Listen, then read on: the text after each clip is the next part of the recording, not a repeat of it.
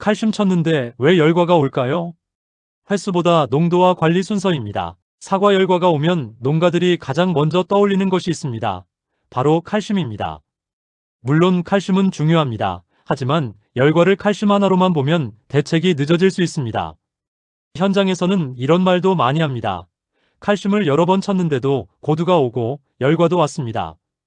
이 말은 그냥 넘길 이야기가 아닙니다.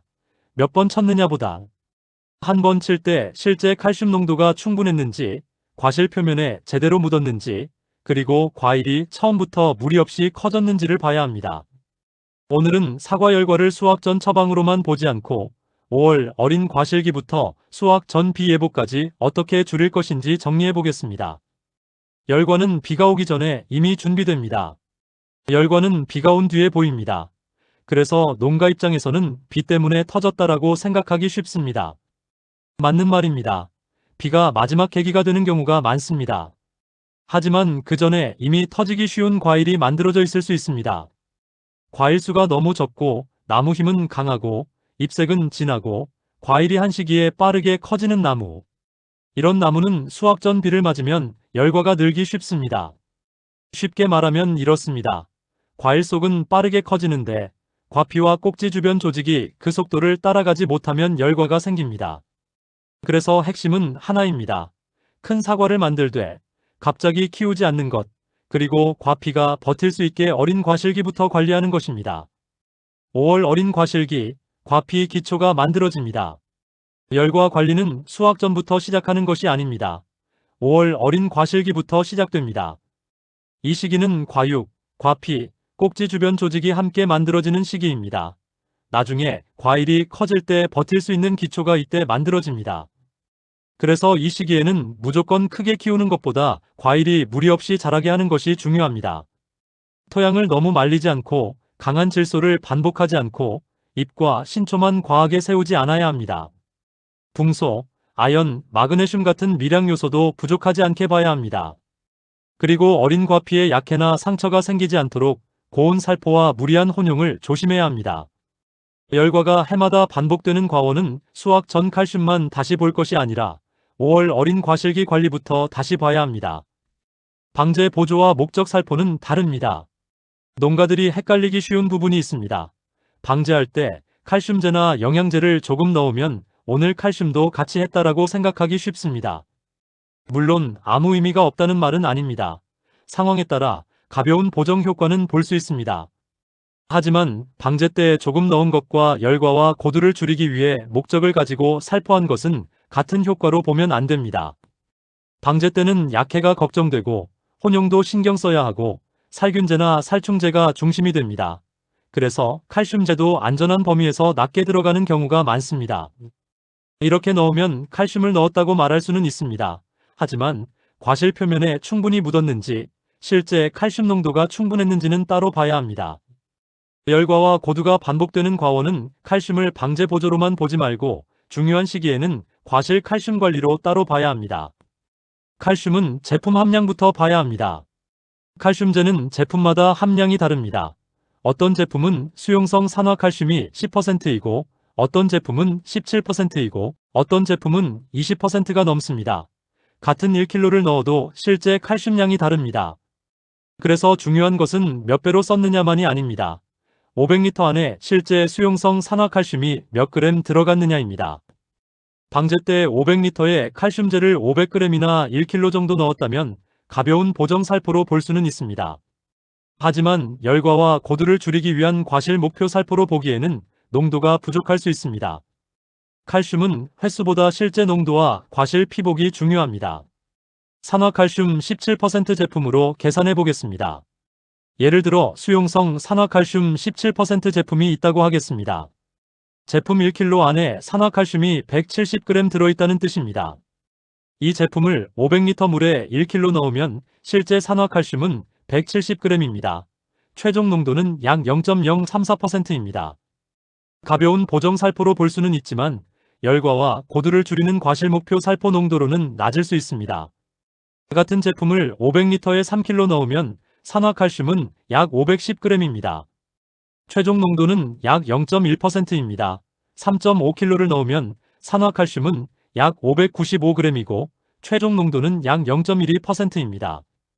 그래서 수용성 산화칼슘 17% 제품이라면 500리터 기준으로 3kg 전후가 기본선입니다.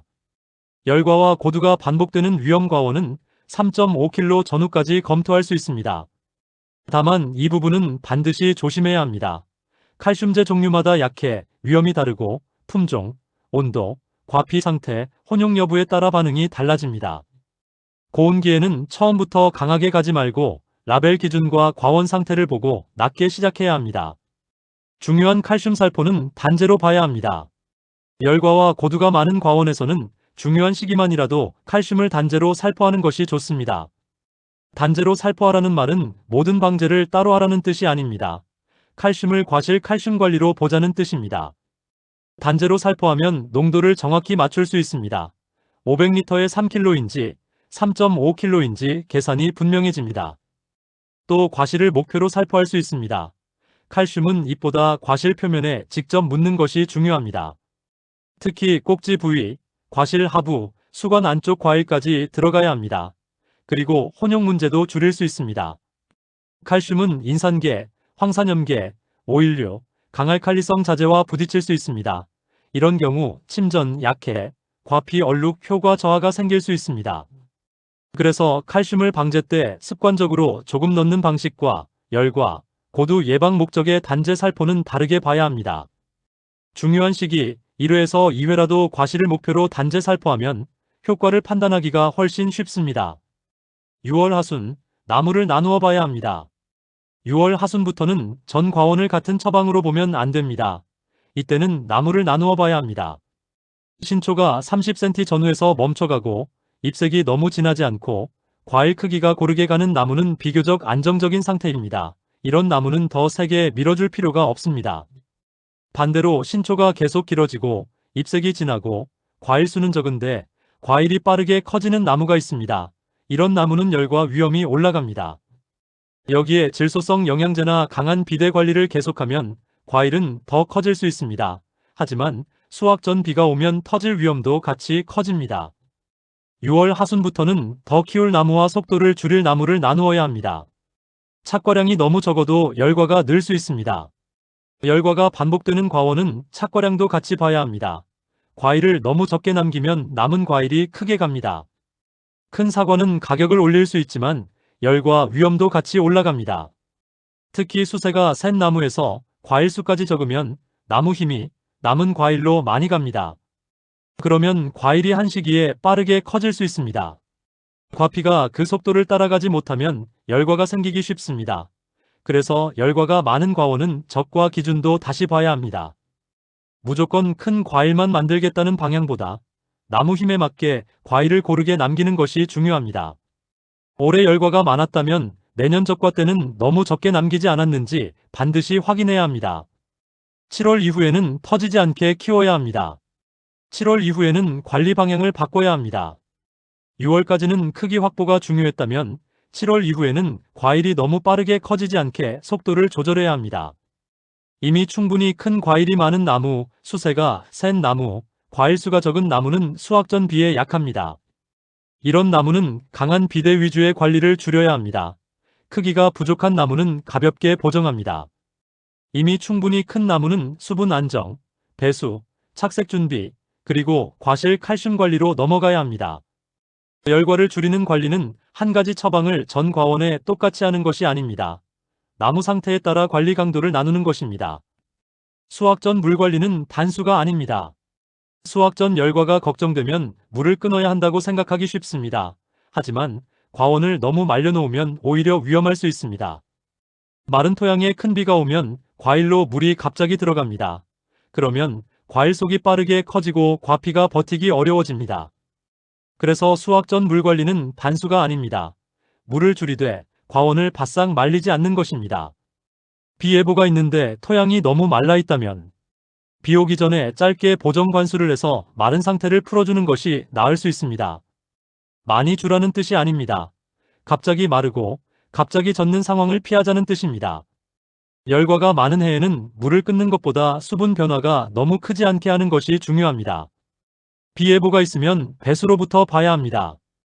비 예보가 나오면 무엇을 살포할지부터 찾는 경우가 많습니다. 하지만 먼저 볼 것은 배수입니다. 물이 고이는 과원은 어떤 처방을 해도 열과 위험이 큽니다. 줄 사이가 꺼진 곳, 경사지 아래쪽, 배수구가 막힌 곳, 점토질 과원은 수확 전 강우에 특히 약합니다.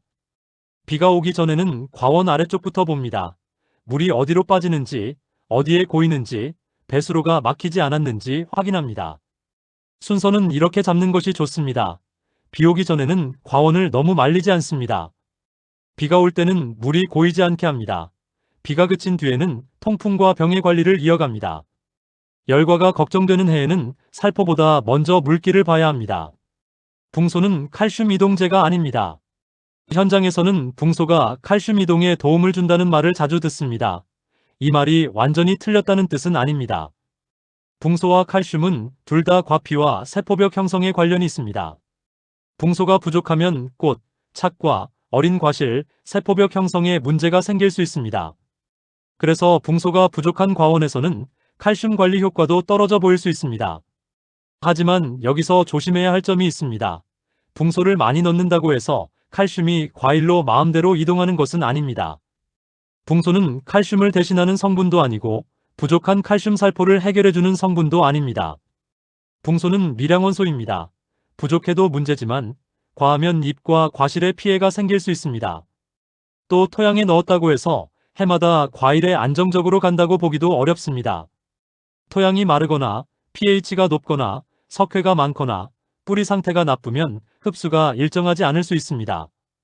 그래서 붕소는 칼슘을 이동시키는 만능제가 아니라 과피와 세포벽 형성을 돕는 보조 성분으로 보는 것이 맞습니다. 열과 대책의 중심은 무리한 비대 억제와 과실 표면에 직접 닿는 칼슘 관리입니다. 수확 전 판단과 마무리. 수확 전에는 착색을 조금 더 기다리고 싶은 마음이 있습니다. 하지만 열과 위험이 높은 과원에서는 큰 비 앞에서 수확을 너무 늦추면 손실이 커질 수 있습니다. 이미 충분히 큰 과일, 수세가 센 나무, 배수가 나쁜 과원, 전에도 열과가 많았던 품종은 비 예보를 보고 수확 판단을 해야 합니다. 색을 조금 더 기다리다가 열과와 부패가 늘어나면 상품과가 크게 줄 수 있습니다.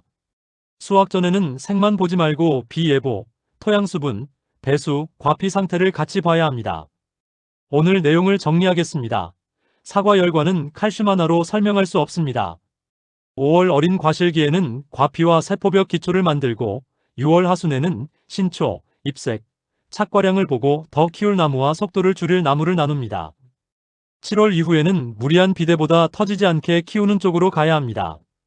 수확 전에는 물을 끊는 것이 아니라 과원을 너무 말리지 않는 것이 중요합니다. 비 예보가 있으면 살포보다 배수로를 먼저 봐야 합니다. 방제 때 칼슘을 조금 넣었다고 해서 열과 대책이 끝난 것은 아닙니다. 칼슘은 몇 번 넣었느냐보다 500리터 안에 실제 산화칼슘이 얼마나 들어갔는지 봐야 합니다. 수용성 산화칼슘 17% 제품이라면 500리터에 3kg 전후가 기본선이고 위험 과원은 3.5kg 전후까지 검토할 수 있습니다. 중요한 시기에는 칼슘을 단제로 살포해야 농도, 살포 위치, 효과를 제대로 볼 수 있습니다. 열과 대책은 칼슘 하나, 붕소 하나, 영양제 하나에 매달리는 것이 아닙니다. 어린 과실기, 수세, 착과량, 비대 속도, 물관리, 배수, 그리고 과실 칼슘 관리를 같이 보는 것입니다. 올해 열과가 많았다면 수확 전 칼슘만 다시 볼 것이 아니라 내년 5월 관리부터 다시 봐야 합니다. 열과는 터진 뒤에는 되돌릴 수 없습니다. 그래서 예방이 전부입니다. 오늘 영상이 도움이 되셨다면 구독과 좋아요 부탁드립니다. 다음 영상에서는 홍로, 후지, 아리수, 가몽처럼 품종별로 열과와 고두 관리 기준을 따로 정리해 보겠습니다. 감사합니다. 원고 출처. 이 원고는 국내 사과 재배 현장의 열과 고두 발생 사례와 함께 다음 자료를 참고해 구성했습니다. 농촌진흥청 농사로 사과 칼슘 흡수, 칼슘 연면 시비, 고두병 관련 기술 자료. 농촌진흥청 농사로 사과 작업 일정과 생리장애 관리 자료. 농촌진흥청 농사로 아리수 등 국내 사과 품종의 칼슘 분산 관리 관련 자료. 펜실베이니아 주립대학교 확장 자료 사과 고두병 예방을 위한 칼슘 살포량과 과실 칼슘 관리 자료.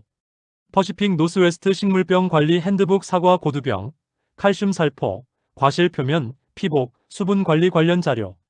미시간 주립대학교 확장 자료 사과 고두병과 수세, 착과량, 질소, 수분 스트레스, 칼슘 살포 관련 자료. 국내 사과 농가 현장 사례 홍로, 후지, 아리수, 가뭄 등 품종별 열과고두 발생 사례와 수확 전 강우 대응 경험.